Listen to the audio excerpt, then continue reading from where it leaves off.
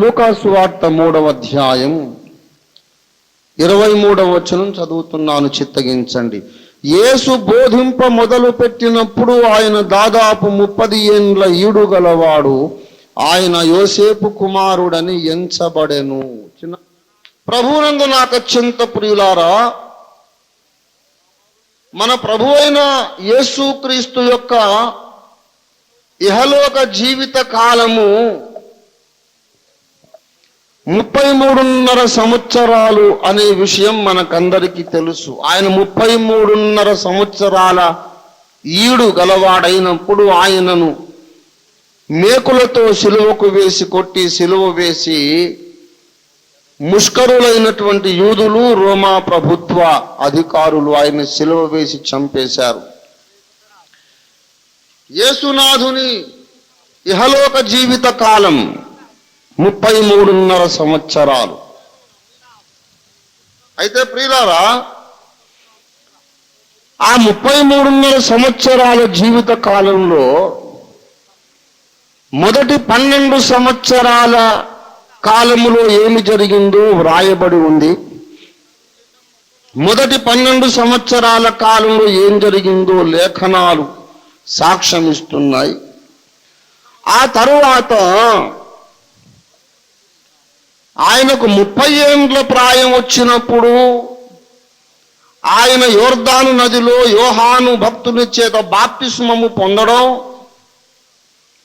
ఆయన తన బహిరంగ సేవను ప్రారంభించడం లేఖనాలలో విపులముగా వ్రాయబడింది. మొత్తం 4 సువార్తికులు కూడా ఈ విషయాన్ని రాస్తున్నారు: మత్తయి, మార్కు, లూకా, యోహాను. మరి యేసయ్యకు 12 ఏండ్ల ప్రాయం ఉన్నప్పుడు ఆయన యెరూషలేము దేవాలయములో అక్కడి మతాచార్యులతో, మత నాయకులతో, యూదా మతాధికారులతో వాదన చేశాడు, వేదాంత విషయాలు చర్చించాడు. ఈ బాలునికి ఇంత జ్ఞానం ఎక్కడుదని వారు ఆశ్చర్యపడ్డారండి. 12 ఏండ్ల ప్రాయంలో జరిగిన విషయం అది. తర్వాత 30 ఏళ్ల ప్రాయం వచ్చినప్పుడు ఆయన బహిరంగ సేవ ప్రారంభించారు. యేసునాథునికి 12 ఏండ్ల ప్రాయము ఉండినప్పుడు ఆయన యూదా మతాధికారులతో వేదాంత విషయాలు చర్చించి వారిని ఆశ్చర్య సంభ్రమములకు గురి చేశాడు. వారు ఆశ్చర్యపడ్డారు, ఈ బాలునికి ఇంత పాండిత్యం ఎక్కడిది? 2:48 చూడండి, 2:47, లూకా 2:47. ఆయన మాటలు వినిన వారందరూ ఆయన ప్రజ్ఞకును ప్రత్యుత్తరములకును విస్మయముందిరి. ఈ బాలునికి ఇంత జ్ఞానం ఎక్కడిది అని ఆశ్చర్యపడ్డారు.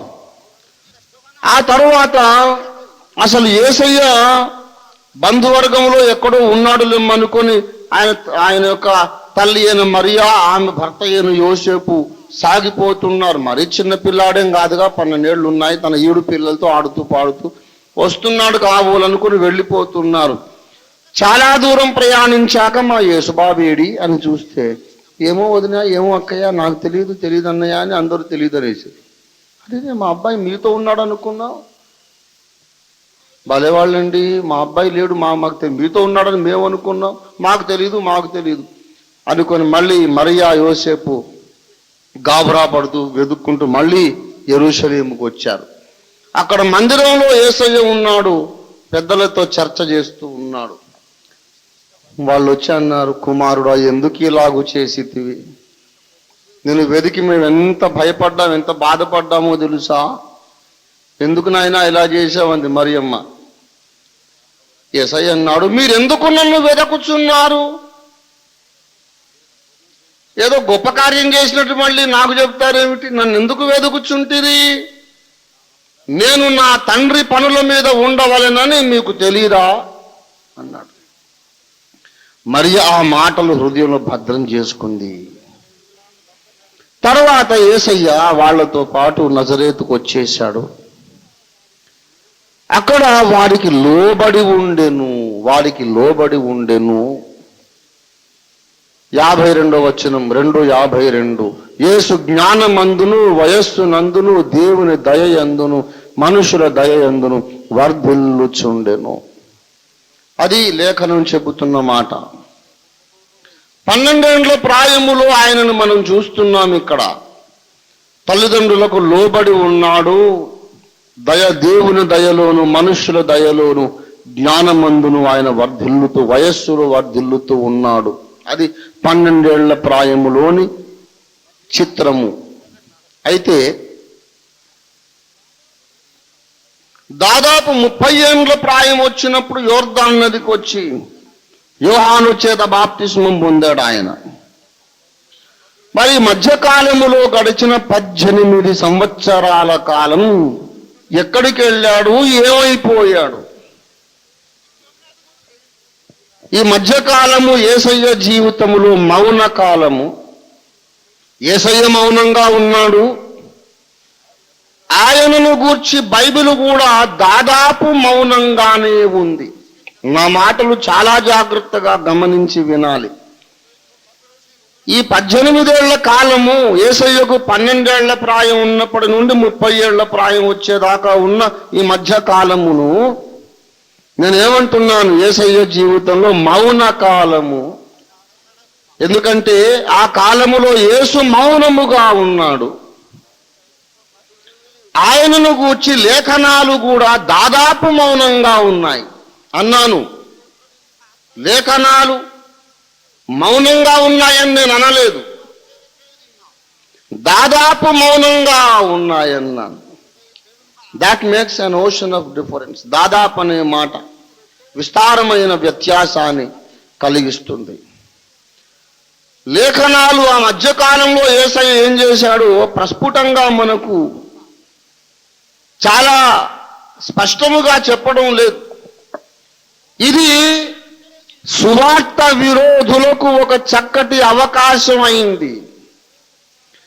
యేసు దేవుడు కాడని, యేసు అవతార పురుషుడు కాడని, యేసు లోక రక్షకుడు కాడని, ఆయన సర్వోన్నతుడైన దేవుని కుమారుడు కాడని ప్రచారం చేయడానికి సువార్త విరోధులకు ఈ మౌనము చక్కని అవకాశముగా మారింది. లేఖనాల మౌనం, యేసయ్య మౌనం. ఆ 18 ఏళ్లలో ఏం జరిగిందో తెలియనటువంటి రహస్యమైనటువంటి ఆ విషయాలు ఇవన్నీ, ఆ మౌనము, ఆ నిగూఢత చాలా మందికి అనుకూలంగా దొరికినాయి. అలాంటి వాళ్ళు కొత్త విచిత్రమైన కథ కల్పించారు. ఏమిటంటే ఆ మధ్యకాలంలోనంట యేసయ్య భారతదేశానికి వచ్చాడట. భారతదేశానికి వచ్చి హిమాలయ పర్వతాలలో ఉన్నటువంటి మునీశ్వరులు, యోగీశ్వరుల దగ్గర శిష్యరికం చేశాడట. ఆ మునులు ఆయనకు సనాతన భారతీయ యోగ విద్య నేర్పించారట. నేనంటాం లేదండో, అపార్థం చేసుకోకండి. ఇదేంటండి సర్వసత్య మహాసభలను పెట్టి ఈయన సర్పసత్య మహాసభల్లాగా చెబుతున్నాడు, అంత సర్పంలాగా మాట్లాడుతున్నాడు ఏమిటండి? సత్య విరుద్ధంగా సర్పంలాగా మాట్లాడుతున్నాడు ఓఫీర్ గారు అని మీరు కంగారు పడకండి. నేను చెప్పట్లేదండో, దండం పెడతాను కానీ నా మీద రుద్దబాకండి విషయాలు. సువార్త విరోధులు ఇలాగ అంటున్నారని చెబుతున్నా. యేసుక్రీస్తు ప్రభువట వాళ్ళు చెప్పడం, ఆ 12 ఏండ్ల ప్రాయంలో ఆయన ఇండియాకు వచ్చాట. ఆ హిమాలయ పర్వతాలలో ఉన్న మునీశ్వరుల దగ్గర విద్యార్థిగా కూర్చున్నాడట. వాళ్ళు ఆయనకు జ్ఞానోపదేశం చేశారట. గౌతమ బుద్ధుడి శిష్యుల దగ్గర ఆయన కూర్చుండి అహింసావాదం నేర్చుకున్నాడట. అందుకని ఆయన ఒక చెంప మీద కొడితే ఇంకో చెంప తిప్పమని చెప్పాడట. అట వీళ్ళు చెప్పడం. ఇట్లాంటి పిచ్చి కథలు చాలా చెబుతున్నారు. నాకు అసలు కోపం ఎందుకంటే క్రైస్తవులు కూడా ఈ కథలు విని కంగారు పడుతున్నారు. అందుకు నేను బాధపడుతున్నా. తెలియని వాడు ఏదైనా మాట్లాడతాడు. బైబిల్ పట్టుకు తిరిగే క్రైస్తవులు ఆ కథలు విని వీళ్ళు కంగారు పడడం నాకు బాధకు కారణమవుతోంది. బైబిల్ సరిగా చదవడం లేదా? అన్యుడేదో మాట్లాడితే క్రైస్తవ సంఘం కలవరపడమేనా? నా జనులు జ్ఞానము లేకయే నశించుచున్నారని దేవుడు ఎందుకు బాధపడ్డాడో నాకు ఇప్పుడు అర్థమవుతోంది. నన్ను కొన్ని వందల మంది ప్రశ్న అడుగుంటారు, ఉత్తరాలు రాశారు, ఫోన్లో అడిగారు, ముఖాముఖి అడిగారు. యేసు కాశ్మీర్కు వచ్చాడట, హిమాలయ పర్వతాలకు వచ్చాడట, ఇది నిజమా? మా విశ్వాస పునాదులు కదలిపోవచ్చున్నవి. దైవజనుడా మాకు సమాధానమిచ్చి మాకు ఆదరణ కలిగించగలరు అని బోల్డ్ మంది అడుగుతున్నారు. అసలు నాకు ఎక్కడ లేని ఆశ్చర్యం కలుగుతోంది. లేఖనాలను క్షుణ్ణముగా ఎరిగి ఉండుట ప్రతి క్రైస్తవుని విధి, బాధ్యత, ధర్మము. లేఖనములను మనము క్షుణ్ణముగా ఎరిగి ఉన్నట్లయితే ఇలాంటి బలహీనతలు మనకు ఎప్పటికీ రావు. స్వార్థ విరోధులు బోల్డ్ మాట్లాడతారండి. మనము లేఖనాలతో మంచి పరిచయం కలిగి ఉండాలి. హోషేయ గ్రంథము 4వ అధ్యాయము 6వ వచనములో ఇలాగన్నాడు. ఏమన్నాడంటే, నా జనులు జ్ఞానము లేకయే నశించుచున్నారు. నా జనులు జ్ఞానము లేక నశించుచున్నారు. దేవుని ప్రజలారా, మీరు సర్వజ్ఞాన స్వరూపుడైన యేసునాథుని ఆరాధకులు. దేవుని జ్ఞానమై ఉన్న క్రీస్తు మీలో ఉన్నాడు.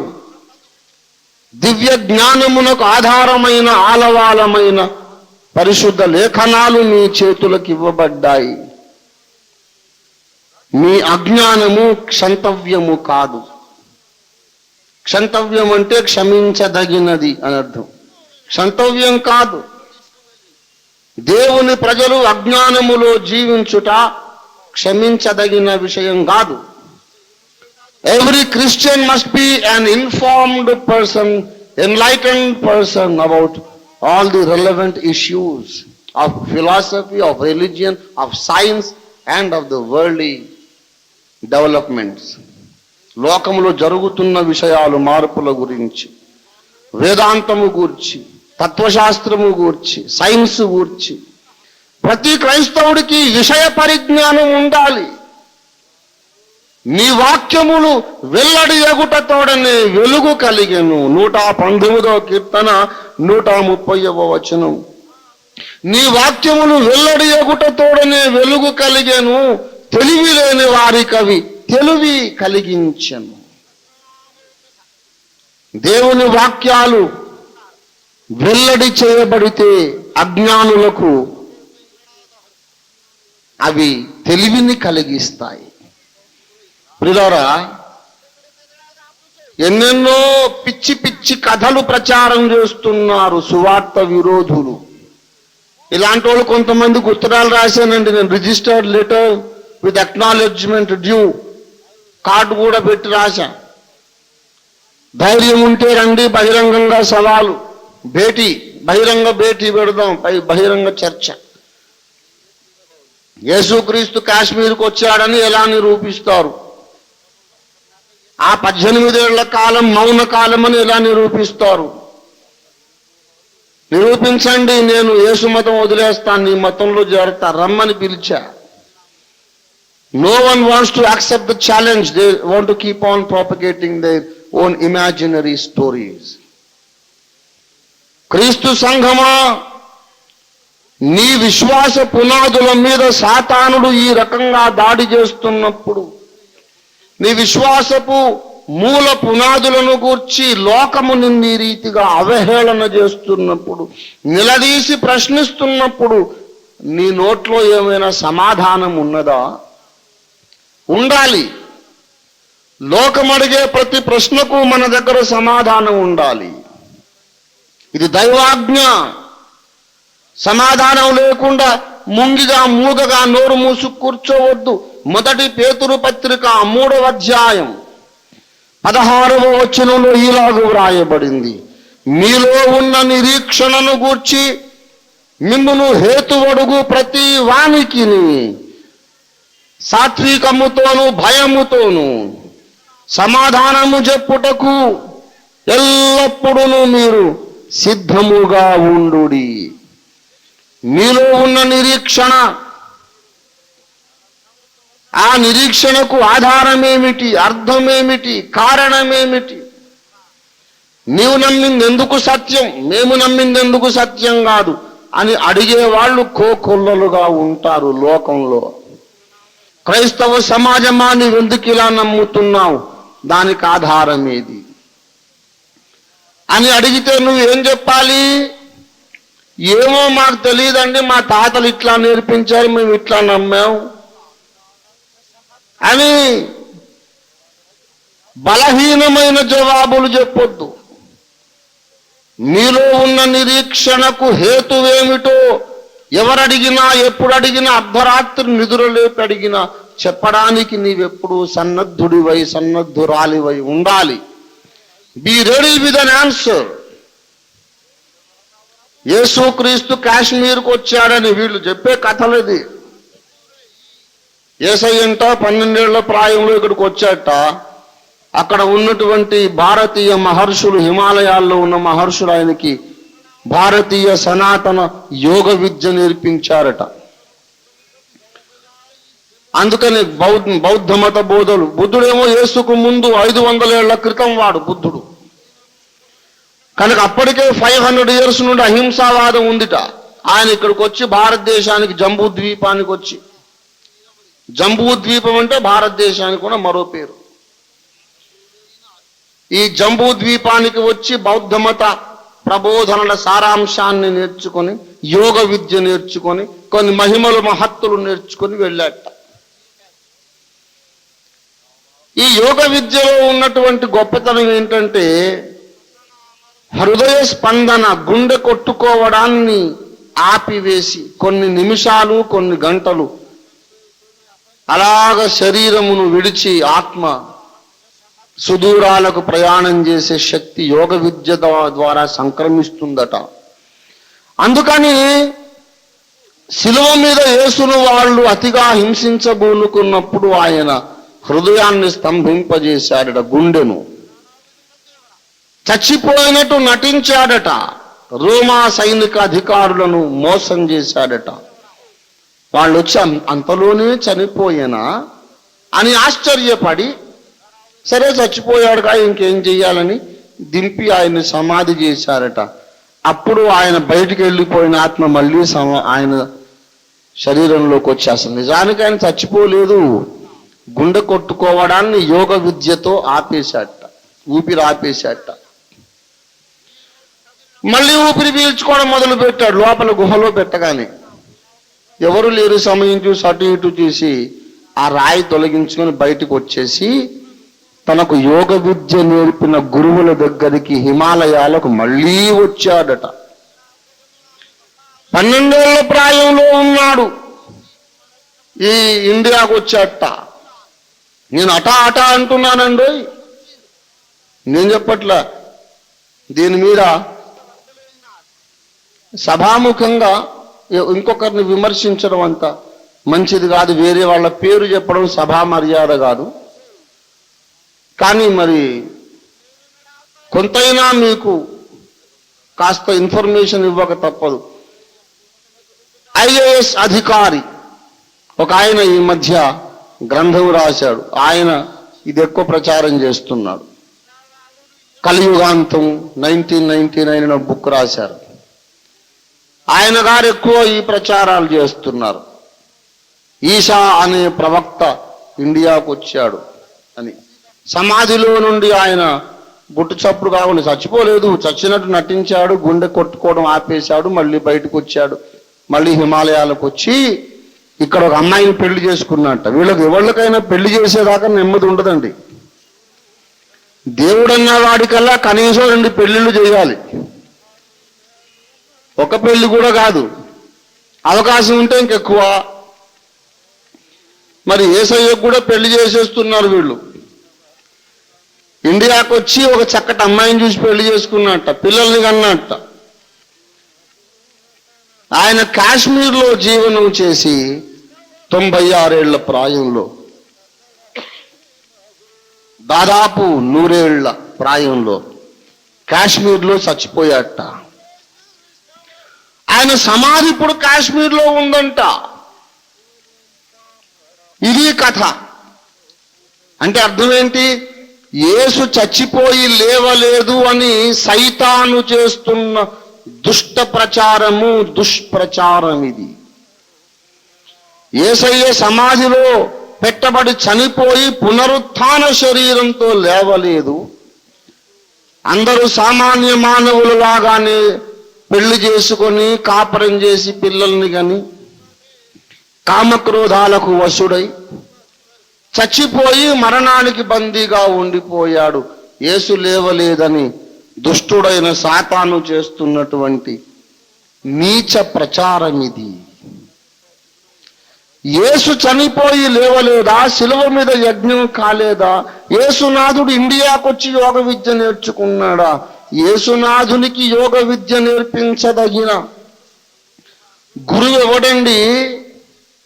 అసలు ఇండియా దేశం యోగ విద్య యేసయ్య దగ్గరే నేర్చుకుంది. ఏ విద్య అయినా ఎవరైనా యేసయ్య దగ్గరే నేర్చుకున్నారు.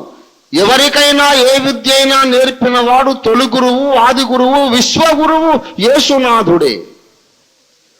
సకల దేశములలోని మేధావులు, అన్వేషకులు, ప్రవక్తలు ఏ కాస్తైనా సత్యాన్ని దర్శించగలిగారంటే వాళ్ళకు ఆ సత్యాలను కనుబరిచిన ఆది సంభూతుడు, స్వయంభువు యేసునాథుడే.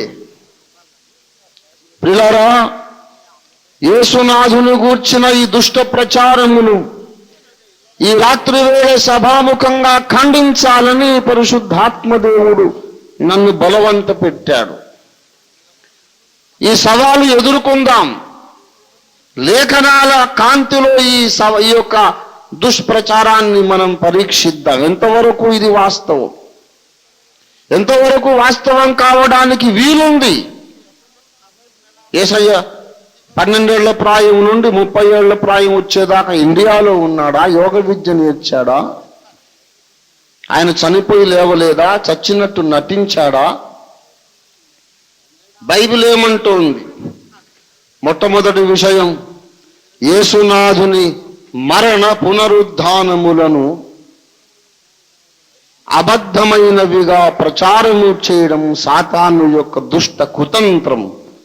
యేసునాథుడు ఒకవేళ నిజముగా చనిపోయి లేవకపోతే మానవులకు రక్షణ అనేది లేనే లేదు.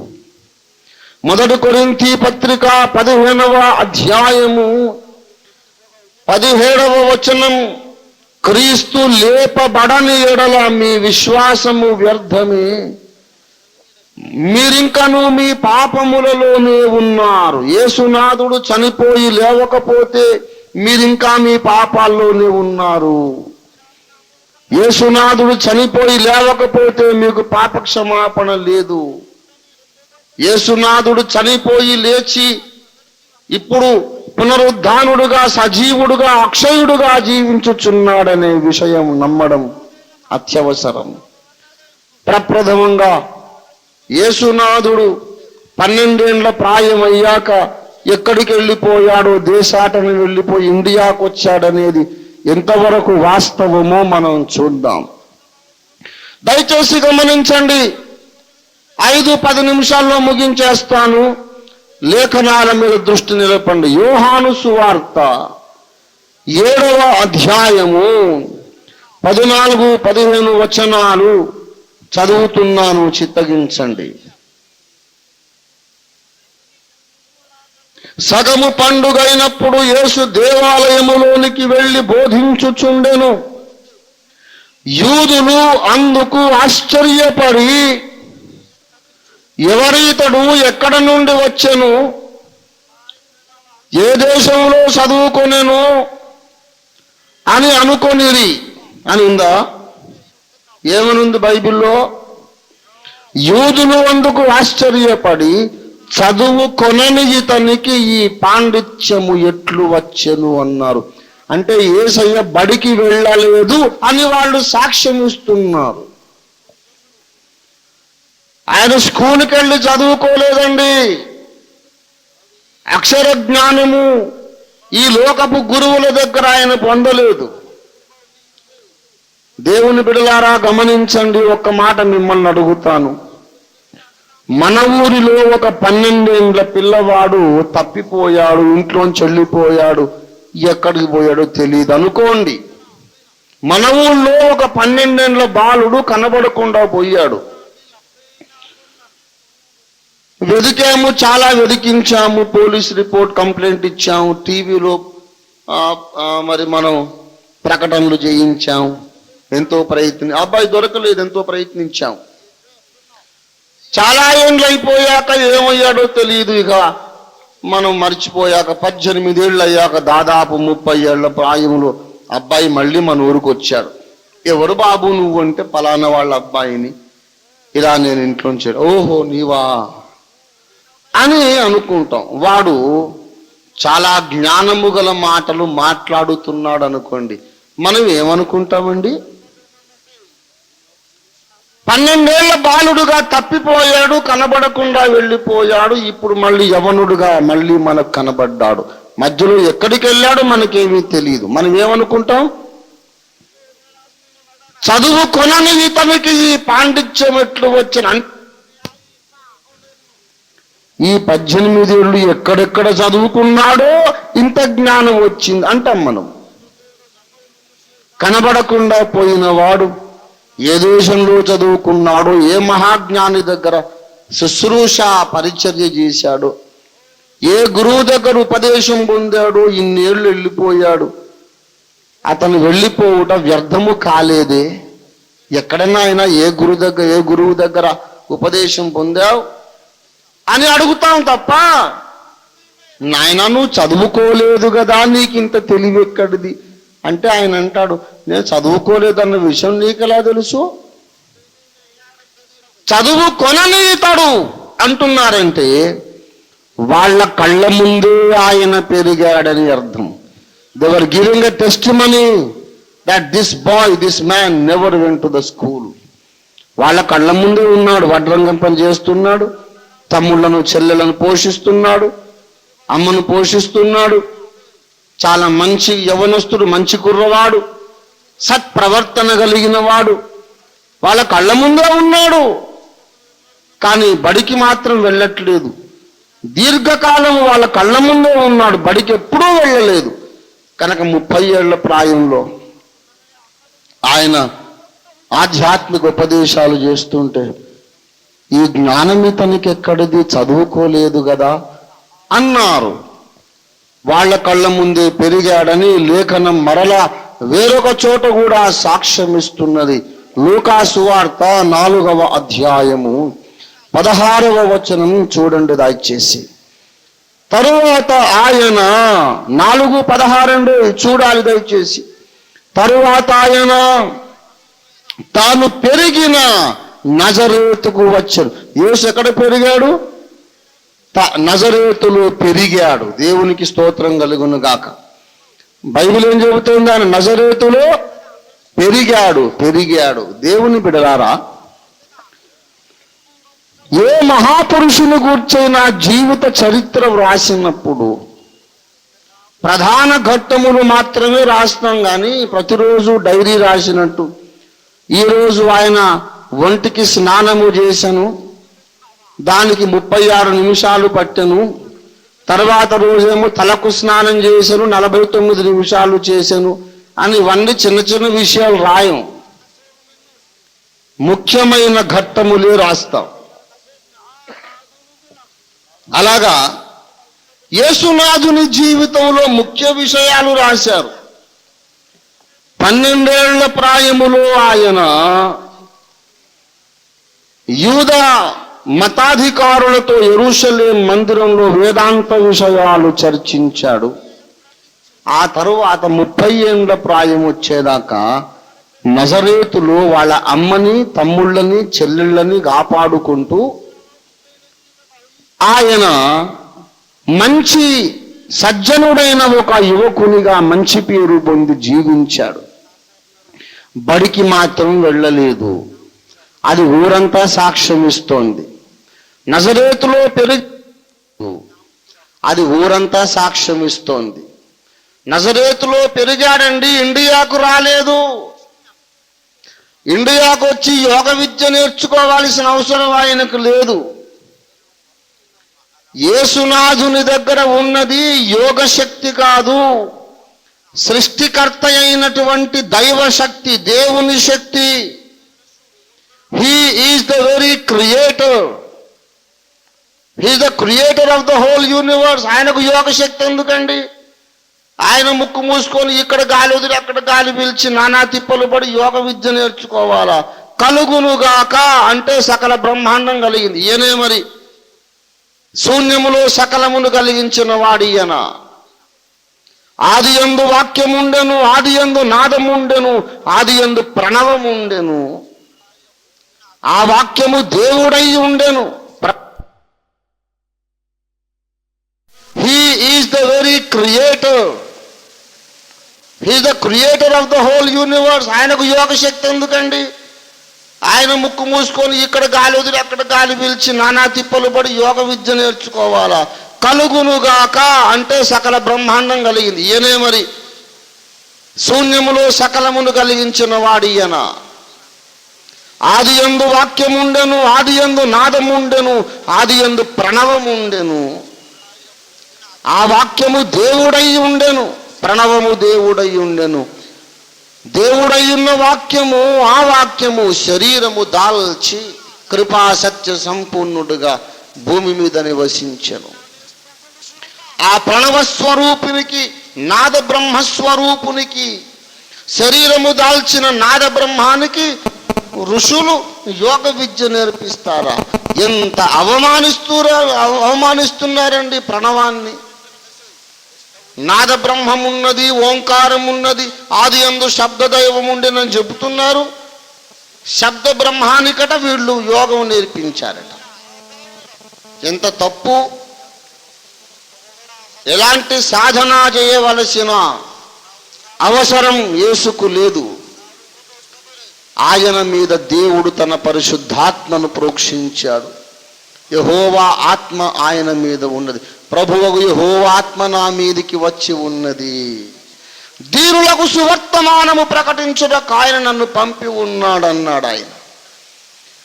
ఆయన 30 ఏళ్ల ప్రాయంలో బాప్తిస్మం పొందగానే సమాజ మందిరంలోనికి వచ్చి ఏమని సాక్ష్యం ఇచ్చాడు? ప్రభువు యెహోవా ఆత్మ నా మీద ఉన్నది అన్నాడా? లేకపోతే నేను భారతదేశంలోకి వెళ్ళి తిని యోగ విద్య నేర్చుకొని తిని యోగము ద్వారా నాకు ఈ మహత్తులు సంక్రమించ అన్నాడా? నో. కట్టు కథలు. యేసునాథుడు ఇండియాకు రాలేదు, ఆ అవసరం ఆయనకు లేదు. యేసునాథుడు ఎవరి దగ్గర ఏమీ నేర్చుకోలేదు. అందరూ ఆయన దగ్గరే నేర్చుకోవాలి. మీలో మీరు గురువులని పిలువబడవద్దు, ఒక్కడే మీకు గురువు, ఆయన క్రీస్తు అని చెప్పాడు ఆయన. దేవునికి స్తోత్రం కలుగునుగాక. పరమ గురువు, విశ్వగురువు యేసయ్య. యేసునాథుడు ఇశ్రాయేలు దేశములో, గలిలయ దేశంలో, యూదయ, గలిలయ, సమరయ, ఆ 3 అక్కడ ఇరుగు పొరుగు ఉన్నటువంటి ప్రాంతాలు. గలిలయ దేశములో నజరేతు అనే ఊరిలో పెరిగాడు. తాను పెరిగిన నజరేతులోనికి వచ్చాడు. యేసునాథుడు గుండెను ఆపి ఆయన మోసం చెయ్యలేదు. బాగా గమనించాలండి. గుండెను ఆపి మోసం చేయలేదు. మొదటి కొరింథీ పత్రిక 15వ అధ్యాయం 3వ వచనంలో ఇలాగు లేఖనం సాక్ష్యం ఇస్తోంది. లేఖనముల ప్రకారము క్రీస్తు మన పాపముల కొరకు మృతి పొందెను, సమాధి చెయ్యబడెను. లేఖనముల ప్రకారము ఓ ఆయన మృతులలో నుండి 3వ దినమున లేపబడెను. According to the scriptures, Christ died for our sins and he was buried, and according to the scriptures he was raised on the 3rd day. లేఖనముల ప్రకారం యేసు చనిపోయాడు. ఏ లేఖనమో తెలుసా? సృష్టికర్త అయినటువంటి దేవుడు తన్ను తానే బలిగా సమర్పణ చేసుకున్నాడు అని భారతీయ సనాతన గ్రంథమైన పురుష సూక్తము సాక్ష్యం ఇస్తోంది. బైబిల్లోని మాట కాదు నేను చెప్పేది. భారతీయ సనాతన గ్రంథం యేసు ఈ లోకములో అవతరించక ముందు 1000 ఏళ్ల క్రితము దాదాపు వ్రాయబడిన ప్రాచీన భారతీయ పవిత్ర గ్రంథము పురుష సూక్తము. ఆది సంభూతుడైన సృష్టికర్త ఆ పరబ్రహ్మ స్వరూపుడు తన్ను తాను యజ్ఞముగా అర్పించుకున్నాడు. God has offered himself. God the Creator has offered himself as a sacrifice. పురుష సూక్తం సాక్ష్యం ఇస్తోంది. కావాలంటే ఆ పుస్తకం నేను మీకు చూపిస్తాను. సృష్టికర్త అయిన దేవుడు తన్ను తాను యజ్ఞముగా అర్పణ చేసుకున్నాడు. లేఖనముల ప్రకారం యేసు మరణించాడు. ఏ లేఖనముల ప్రకారం? బైబిల్లోని లేఖనాలే కాదు, ప్రాచీన కాలపు భారతదేశపు లేఖనాల ప్రకారం కూడా యేసు మరణించాడు. యేసు శిలువ మీద మరణించకపోతే బైబిల్ అబద్ధమైపోతుంది. యేసు శిలువ మీద మరణించకపోతే పురుష సూక్తం అబద్ధమైపోతుంది, ఋగ్వేదం అబద్ధమైపోతుంది, సామవేదం అబద్ధమైపోతుంది. ఏం దేశభక్తులండి! యేసు దేవుడు కాడని నిరూపించడానికి ఋగ్వేదాన్ని అవమానిస్తారా? సామవేదాన్ని అవమానిస్తారా? పురుష సూక్తాన్ని, ప్రాచీన భారతీయ సనాతన పవిత్ర గ్రంథాలను అవమానిస్తారా? తెలియకపోతే తెలియనట్టు ఉండండి. మీ జ్ఞానానికి మించిన సంగతులు మాట్లాడి మన మాతృదేశాన్ని అవమానించకండి. యేసు శిలువ మీద మరణించి లేవడం యథార్థముగా జరిగిన సంఘటన. అది చారిత్రక సంఘటన. యేసు ప్రభు వారు గుండెనట యోగ విద్యతో ఆపాడు. ఎంత బుద్ధిహీనమైన వాదన! ఆ శతాధిపతి ఏం చేశాడో తెలుసా? అంతలోనే చనిపోయినా నాకు నమ్మకం కుదరడం లేదు, ఇట్లాంటి మోసం ఏదైనా ఉంటుందని ఒక సైనికుడు ప్రక్కన బల్లెంతో పొడిచాడు. బల్లెంతో పొడిస్తే ఏం జరిగిందంటే రక్తమును నీళ్లును కారెను. ఎంత యోగ విద్యతో గుండె ఆపినా రక్తము నీళ్లు కారినప్పుడు ప్రాణం విధిగా పోతుంది. యోగ విద్యతో గుండె ఆపాలంటే రక్తము బయటికి కారిపోయే గాయం ఏది ఉండకూడదు. రక్తము నీళ్ళెప్పుడు కారుతాయో తెలుసా? రక్తమంతా కారి ఆఖరి బిందువు కూడా కారిపోయిన తరువాత అప్పుడు నీరు బయటకు వస్తుంది. నీరు వచ్చిందంటే అర్థం ఏంటంటే దేహములో ఇక ఒక్క రక్తపు చుక్కైనా మిగలలేదని అర్థం. యేసయ్యట కాసేపు మాయ చేసి గుండె ఆపేసేట, మళ్ళా గుండె కొట్టుకోవడం మొదలైందిట. రక్తపు బిందు ఒక్కటి లేకుండా పోయాక గుండె ఎలా కొట్టుకుంటుందండి? ఎంత యోగ విద్య అయినా. దేవుని బిడ్డలారా, యేసయ్య గుండెను ఆపి చచ్చిపోయినట్టు నటించలేదు. పురుష సూక్తము చెప్పినట్లు ఆయన నిజముగా మన కొరకు మరణించను. దేవునికి స్తోత్రం కలుగునుగా. హల్లెలూయా. క్రీస్తు సంఘమా, మన ప్రభువుకు వ్యతిరేకంగా, ఆయన సువార్తకు వ్యతిరేకంగా మన దేశములో సాగుతున్న విష ప్రచారాన్ని, దుష్ప్రచారాన్ని మనము ఎదుర్కొందాం. విమర్శకుల నోళ్లు మోయిద్దాం. సువార్త సత్యాన్ని స్థాపిద్దాం, నిరూపిద్దాం. దేశానికి సత్యాన్ని తెలియజేద్దాం. దేవునికి స్తోత్రం కలుగును గాక. ప్రవచన పురుషుడు క్రీస్తు ప్రభు. పరిశోధించుడి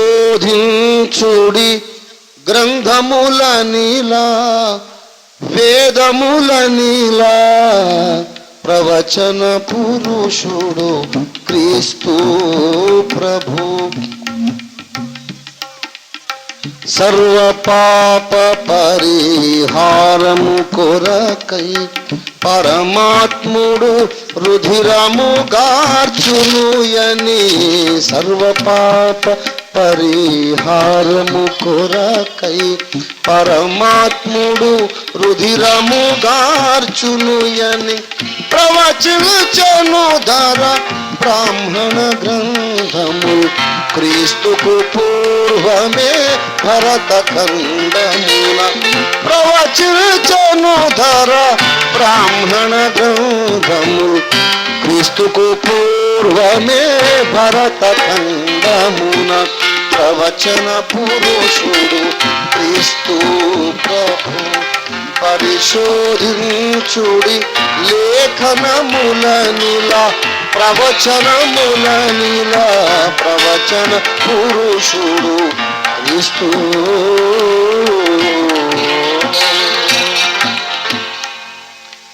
యేసునాథుని 18 ఏళ్ల మౌనకాలం ఎందుకంటే 30 సంవత్సరాల ప్రాయము రానప్పుడు యాజక ధర్మము చేయడానికి వీలు లేదు. ప్రధాన యాజకుడికి 30 ఏండ్ల ఈడు రావాలి. యేసునాథుడు మెల్కీసెదకు క్రమము చొప్పున ఆయన ప్రధాన యాజకుడు గనక 30 ఏళ్ల ప్రాయం రావడానికి ఆగాడు. అది మొదటి కారణం.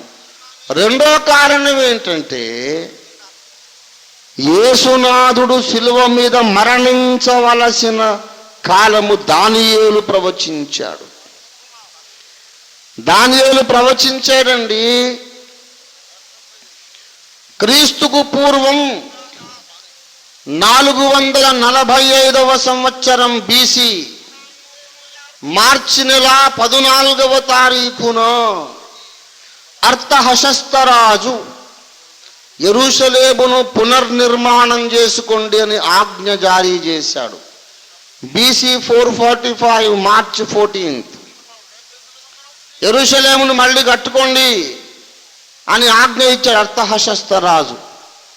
దానియేలు ప్రవచించాడు. ఆ రోజు నుండి 483 వారములు, 70 వారాలు. 70 వారాలు అంటే 483 సంవత్సరాలు. 70 వీక్స్ లో 69 వారాలు. 70 వీక్స్ అంటే 490 సంవత్సరాలు. 69 వారాలంటే 7 ఏళ్ళు తక్కువ. 490లో 7 ఏళ్ళు తీసేయండి, 483 సంవత్సరాలు. దానియేలు స్పష్టంగా ప్రవచించిన మాట ఏంటంటే అర్తహషస్తరాజు యెరూషలేమును కట్టుకొమ్మని ఆజ్ఞ బయలుదేరిన తరువాత, ఆజ్ఞ జారీ చేసిన తరువాత 483 చంద్రమాన సంవత్సరాల తరువాత మెస్సియా యజ్ఞము కావాలి. That is the clear cut prophecy of the prophet Daniel.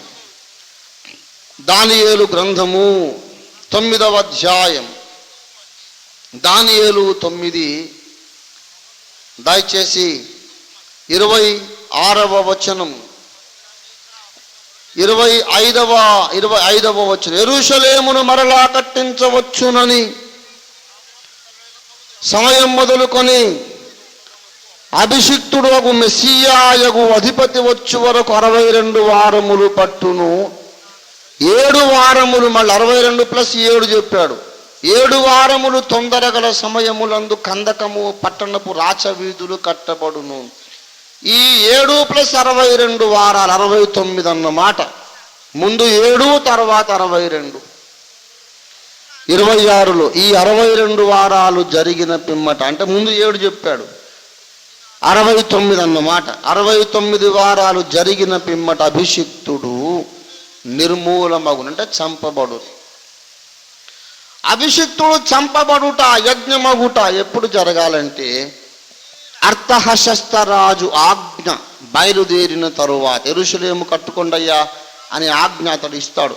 ఆ తరువాత 483 చంద్రమాన సంవత్సరాలు. అంటే చంద్రమానము సూర్యమానం వేరు. సూర్యమానం సంవత్సరాలు మనం పాటించేవవి 365 రోజుల 6 గంటలు. That is the solar year. చంద్రమాన సంవత్సరం అట్లా కాదు, 360 ఖచ్చితంగా. 360 days, నాట్ 365. చంద్రమాన సంవత్సరాలు 483 చంద్రమాన సంవత్సరాలంటే 1,73,880 రోజులు. 1,73,880 రోజులు అయ్యాక అభిషిక్తుడు యజ్ఞము కావాలి. కాబట్టి యేసయ్య తండ్రి అయిన దేవుడు ఇద్దరు కూడబలుక్కొని లెక్కలు వేసుకున్నారు. పురుష సూక్తం నెరవేరాలి, ఋగ్వేదము సామవేదం నెరవేరాలి, బృహదారణ్యకోపనిషత్తు నెరవేరాలి, భవిష్య పురాణం నెరవేరాలి, దానియేలు గ్రంథం నెరవేరాలి. ఎప్పుడు సేవ మొదలు పెడితే బాగుంటుంది తండ్రి అని వీళ్ళిద్దరు కూడబలుక్కున్నారు. కుమారుడా, నీకు 30 ఏళ్ళు వచ్చాక సేవ మొదలుపెట్టు. అప్పుడు నువ్వు 3.5 ఏళ్ళు పనిచేశాక దానియేలు ప్రవచన నెరవేర్పు జరుగుతుంది. అప్పుడు నువ్వు యజ్ఞం అవుదువు. కానీ క్యాలిక్యులేషన్ మీద ఉన్నారు తండ్రి తనయులు. అంతేగాని హిమాలయాల్లోకి రావడం, యోగ విద్య నేర్చుకోవడం,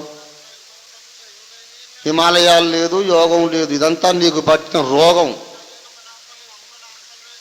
యేసయ్యకు అంత కర్మ పట్టలేదండి. ఆయన సర్వశక్తి సంపన్నుడు. యోగ విద్య యేసుకెందుకండి? ఆయన మాట సెలవీయగా శూన్యములో నుండి సకల బ్రహ్మాండము క్షణములో ఉద్భవించెను. దేవునికి స్తోత్రం కలుగును గాక. హల్లెలూయా. యేసయ్య హిమాలయాలకు రాలేదు, కానీ హిమాలయాలలోని మహర్షులు మోకరించి తపస్సు చేసి ప్రార్థన చేసి యేసు పాదాల దగ్గరకు వచ్చి సత్యం నేర్చుకున్నారు. దేవునికి స్తోత్రం కలుగును గాక. బృహదారణ్యకోపనిషత్తులో యాజ్ఞవల్క్య మహర్షి ప్రార్థన చేశాడు. అసతోమా సద్గమయ, తమసోమా జ్యోతిర్గమయ. ఓ పరాత్పరా, భగవంతుడా, పరమేశ్వరుడా, చీకటిలో ఉన్న నన్ను వెలుగులోకి నడిపించు. తమసోమా జ్యోతిర్గమయ. నేను తమస్సులో ఉన్నాను, నేను చీకట్లో ఉన్నాను, నన్ను వెలుగులోకి తీసుకురా అని మహర్షులు ప్రార్థన చేశారు. మహర్షులు ఏం చేస్తున్నారు ప్రార్థన? మేము చీకట్లో ఉన్నాము, మాకు వెలుగు కావాలి అని మహర్షులే ప్రార్థన చేస్తుంటే యేసయ్య వచ్చి చీకట్లో ఉన్న వాళ్ళ దగ్గర ఏం నేర్చుకుంటాడంటే చీకటి నేర్చుకుంటాడా? మేము చీకట్లో ఉన్నాము, మాకు దిక్కు లేకుండా ఉంది, మాకు వెలుగు చూపండి అని మహర్షి ప్రార్థన చేస్తుంటే అక్కడ యూదా దేశంలో యేసయ్య ఏమంటున్నాడు తెలుసా? నేను లోకమునకు వెలుగునై ఉన్నాను. దేవుని స్తోత్రం కలుగును గాక. వీళ్ళేమో చీకట్లో ఉన్నామని చెబుతున్నారు, ఆయనేమో నేను వెలుగునై ఉన్నానని చెబుతున్నాడు. ఈ వెలుగై ఉన్నవాడు చీకట్లో ఉన్నవాడి దగ్గర ఏం నేర్చుకుంటాడు? సనాతన ప్రాచీన మహర్షులు హిమాలయాల్లో తపస్సు చేశారు. ఎందుకు తపస్సు చేశారంటే వెలుగు ఎక్కువై కాదు, చీకట్లో ఉన్నాము, ఇలా తపస్సు చేస్తేనన్నా వెలుగులోకి రాగలుగుతామేమోనని ఆశపడి తపస్సు చేశారు.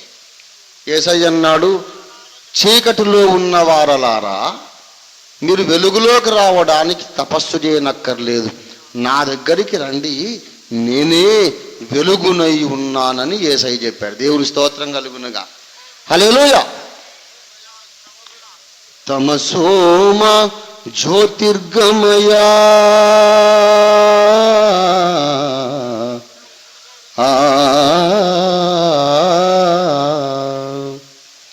తమసోమ జ్యోతిర్గమయ అని తపిస్తూ జపిస్తూ ఘోషిస్తూ ఉన్నా అసతో మా సద్గమయాయని అనాది నుండి నినాదమిస్తూ వస్తూ ఉన్నా. కనబడలేదా కాంతి పదం, వినబడలేదా సత్య సువార్త. కనబడలేదా కాంతి పదం, వినబడలేదా సత్య సువార్త. తమసోమ జ్యోతిర్గమయా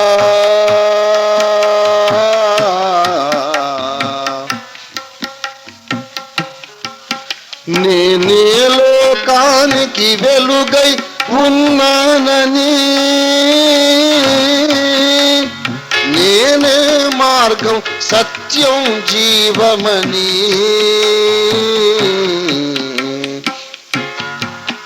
నేనే లోకానికి వెలుగై ఉన్నానని, నేనే మార్గం సత్యం జీవమని. ఓ ఎంచి చెప్పిన యేసుక్రీస్తు కంటికి కనబడలేదా, చెవికి వినబడలేదా. ఓ ఎంచి చెప్పిన యేసుక్రీస్తు కంటికి కనబడలేదా, చెవికి వినబడలేదా. తమసోమ జ్యోతిర్గమయ అని తపిస్తూ జపిస్తూ ఘోషిస్తూ ఉన్నా. అసతోమ సద్గమయాయని అనాది నుండి నినాదమిస్తూ వస్తూ ఉన్నా. కనబడలేదా కాంతి పదం, వినబడలేదా సత్య సువార్త. కనబడలేదా కాంతి పదం, వినబడలేదా సత్య సువార్త. తమసోమ జ్యోతిర్గమయా, తమసోమ జ్యోతిర్గమయా.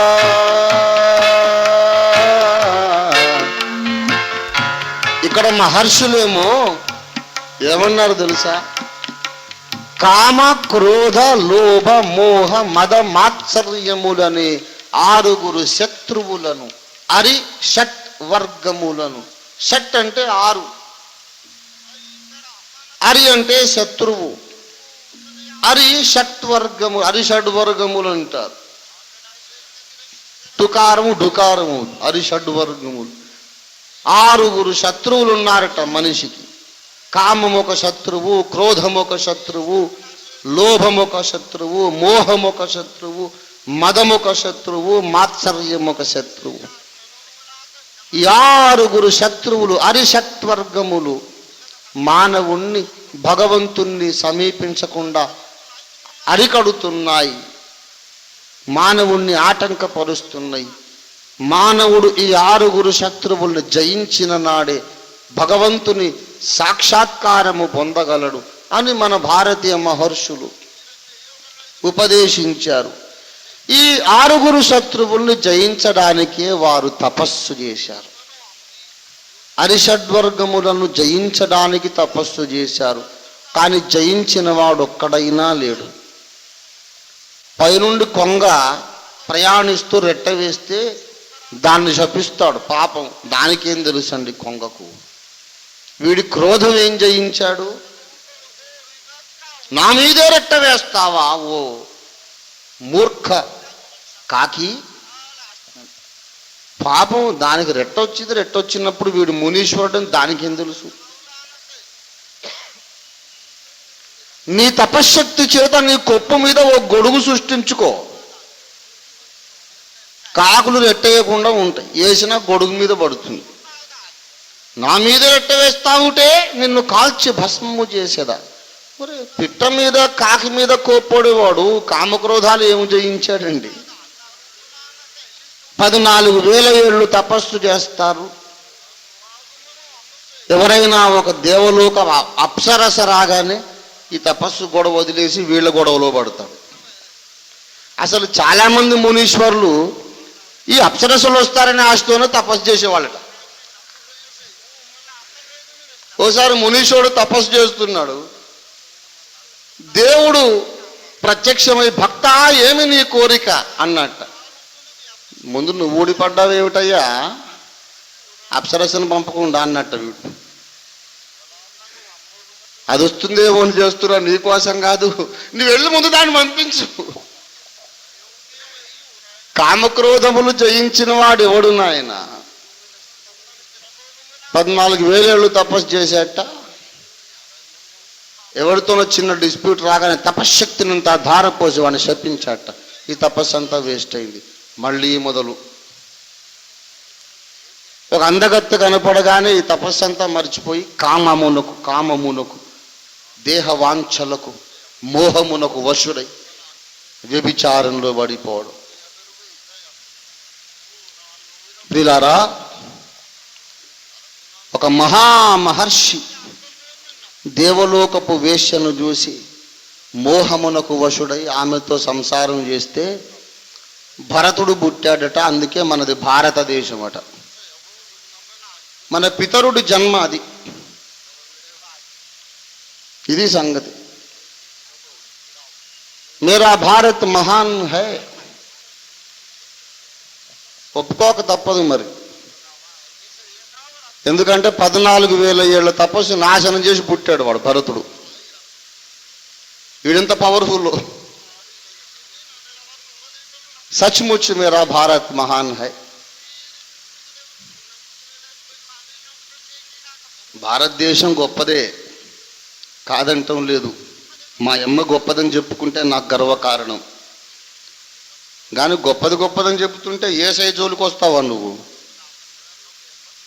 భారతదేశం గొప్పది ఎందుకంటే యేసును గూర్చి ముందు వేదములలో ప్రవచించినందుకు భారతదేశం గొప్పది. దేవుని స్తోత్రం కలుగునుగా.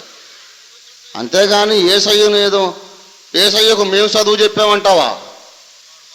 ఏమిటి నువ్వు చదువు చెప్పడం? నేను చీకట్లో ఉన్నాను, నన్ను వెలుగులోకి తెమ్మని నువ్వు ప్రార్థన చేశావు. నువ్వేం చదువు చెప్తావు ఏసయ్యకి?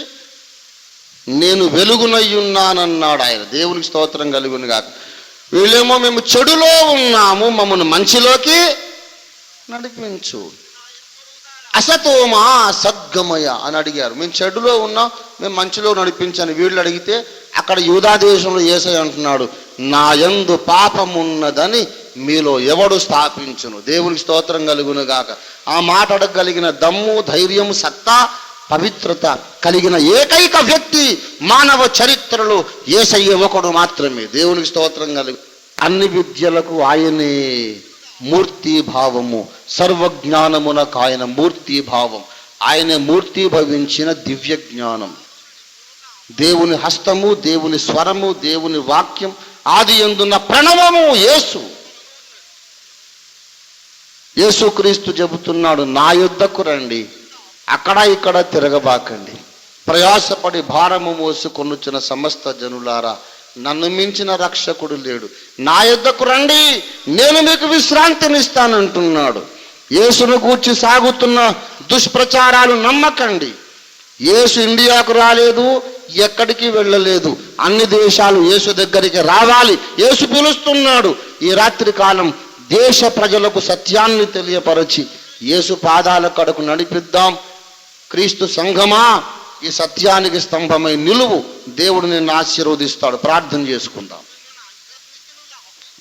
ప్రేమ కలిగిన మా పరిశుద్ధ పరమ తండ్రి, మహామహిమాన్వితుడా, నీకు వందనాలు చెల్లిస్తున్నా. శరీరధారిగా ప్రత్యక్షమైన దైవము నీవని, అద్వితీయ సత్యదేవుడవైన నీవే యేసుక్రీస్తును నామమున ఈ లోకంలో ప్రత్యక్షమైనావని, నీవు తప్ప వేరొక రక్షణ మార్గము లేదని, నీవు తప్ప మాకు జ్ఞానమును సత్యమును ఉపదేశించగల గురువు వేరొకరు లేరని ఈ రాత్రి వేళ మీరు మాకు తెలియపరిచినందుకు నీకు స్తోత్రాలు చెల్లిస్తున్నాము నా ప్రభువా. లోకులు, మా దేశ ప్రజలు సత్యాన్ని కనుగొనకుండునట్లు మా దేశ ప్రజల, ఈ లోక ప్రజల మనోనేత్రాలకు పొరలు కమ్మజేయున్నట్లు, గురుడితనము కలుగజేయున్నట్లు దుష్టుడైన సాతాను ఎన్నో తప్పుడు సిద్ధాంతాలు ప్రచారం చేస్తున్నాడయ్యా. సువార్త సత్యము అవిశ్వాసులకు ప్రకాశించకుండునట్లు వారి మనోనేత్రాలకు గుడితనము కలుగజేయుచున్న సాతాను చీకటి శక్తులన్నిటిని యేసు నామమున బంధిస్తున్నాము తండ్రి. భారతదేశ ప్రజల మనోనేత్రాలు మీరు తెరవచేయండి. యేసే ప్రణవం, యేసే వాక్య శబ్ద దైవం అని సర్వ భారతదేశమంతా గ్రహించున్నట్లు కృప చూపండి. దేశమును సత్యముతో నింపండి. మా దేశమును రక్షించండి. ప్రపంచ ప్రజలందరూ భారతదేశానికి వచ్చి యేసును గూర్చిన సత్యాన్ని నేర్చుకున్నట్టుగా కృప దయచేయండి. మా భారతదేశమును సత్యముతో నింపండి, వెలుగుతో నింపండి. భారతదేశమును ప్రపంచానికి అగ్రరాజ్యముగా మార్చండి.